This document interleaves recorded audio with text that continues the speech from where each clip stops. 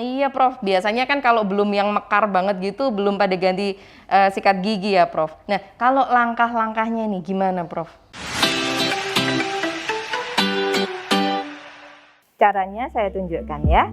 Nah, begini, ini kan misalnya gigi atas ya, ini gigi bawah ya. Jadi kalau misalnya ini bisa ya.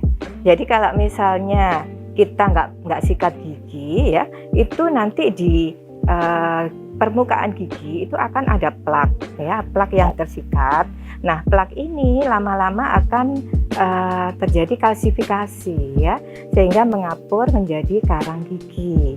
Nah, karang gigi inilah yang harus dibersihkan setiap 3 bulan sekali ya, supaya dia tidak terjadi penumpukan bakteri di situ. Nah, kemudian cara sikat giginya kita menggunakan sikat gigi dengan indikator yang merah ini ya, ada warna merah.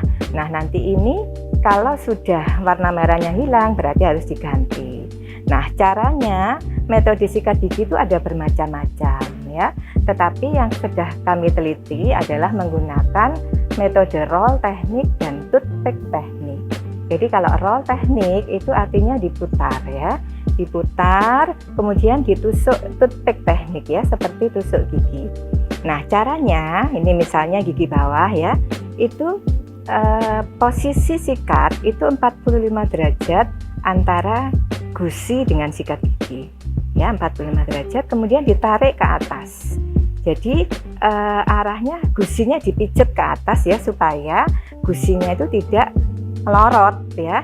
Jadi ditarik, nah ini ditarik ke atas, diputar ya, diputar 8 kali. Jadi satu sikat ini 3 gigi ya, diputar 8 kali gini ya, diputar ke atas untuk gigi bawah 8 kali ya. Terus ini tiap 3 gigi 8 kali ya, 8 kali. Kemudian sini juga, jadi dari arah bawah ke atas kalau gigi bawah ya. Nah, ini masing-masing 8 kali.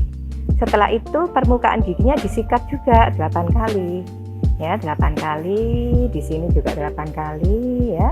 Kemudian ke sini 8 kali, yang belakang bawah dekatnya lidah ya 8 kali ke atas, 8 kali ke atas ya. Setelah itu ditusuk, jadi seperti kita tusuk gigi ya, itu untuk membersihkan sela-sela gigi ya. Nah, ditusuk, nah kemudian kemudian nanti akan keluar sisa-sisa makanan yang ada di sela-sela gigi itu ya.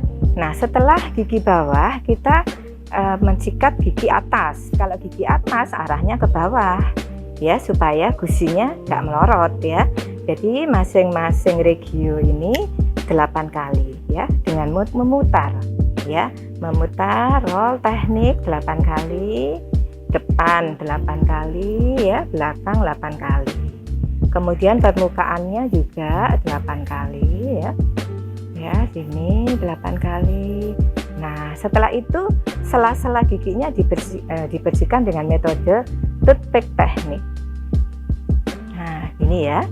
Nah, metode ini, toothpick teknik ini juga untuk deteksi dini adanya radang gusi ya, atau gingivitis ya. Nah, kalau ada pada waktu toothpick teknik ini ada darah ya, misalnya ada perdarahan ya pada waktu kita sikat, nah itu berarti ada radang gusi. Deteksi dini radang gusi Prof. Wah, itu tandanya gimana ya Prof ya? Jadi sikat ini bisa untuk deteksi dini penyakit periodontal. Ya, jadi penyakit periodontal itu pertama namanya kan radang gusi atau gingivitis. Kemudian kalau sudah kena tulang, dia akan menjadi periodontitis.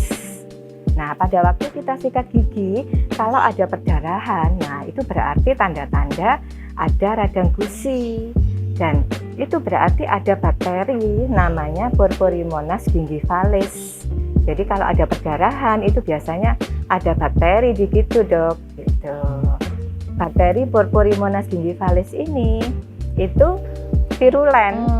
Jadi dia misalnya kita habis sikat ganas, jadi misalnya kita habis sikat gigi, habis sekarang gigi saya itu kayaknya kok bersih ya giginya, apa sudah bersihkan karang gigi, sudah sikat gigi 5 kali sehari biasanya gitu ya. Saya itu sudah 5 kali sikat gigi tapi kok masih tetap bau mulut atau masih tetap berdarah gusinya. Ya kemungkinan karena bakteri Purpurimonas gingivalis itu masuk di dalam gusi. Sampai nyelip ke gusi juga ya, Prof? Jadi ada 2 bakteri virulen yang ada di rongga mulut, yaitu Purpurimonas gingivalis dan Aggregatibacter actinomycetem comitans. Jadi meskipun kelihatannya bersih di luar, bakteri ini bisa sembunyi di dalam sel. Oh, jadi bakterinya itu di dalam sel atau intrasel gitu ya, Prof?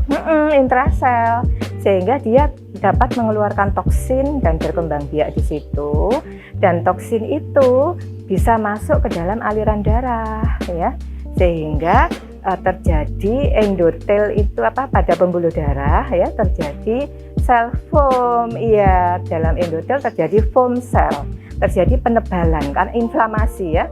Jadi terjadi inflamasi di dalam aliran darah ya, sehingga terjadi foam cell.